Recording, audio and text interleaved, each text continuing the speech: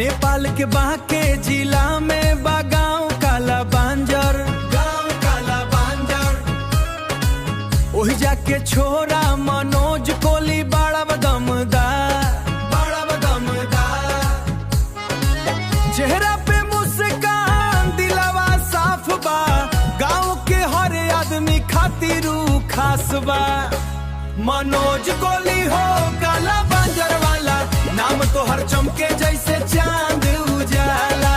मेहनत के दम पे बढ़ता रे आगे, पूरा गांव ले तू बाड़ा निराला। मनोज कोली हो काला बांजर वाला, मनोज कोली हो काला बांजर वाला।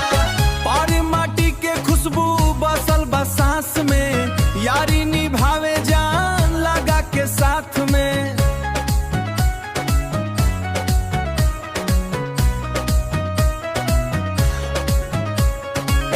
गरीब होके चाहे धनवानी यार, सबके दिल में बसल बा ओकर प्यार।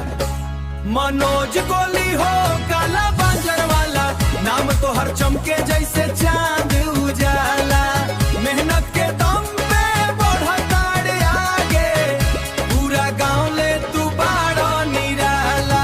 मनोज कोली हो काला बांजर वाला, मनोज कोली हो काला बांजर वाला। ए मनोजवा हो गांव के शान बड़ा, काला बांजर के पहचान बड़ा।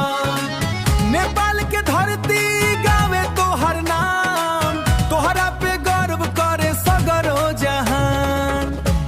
मनोज कोली हो काला बांजर वाला, नाम तो हर चमके जैसे चांद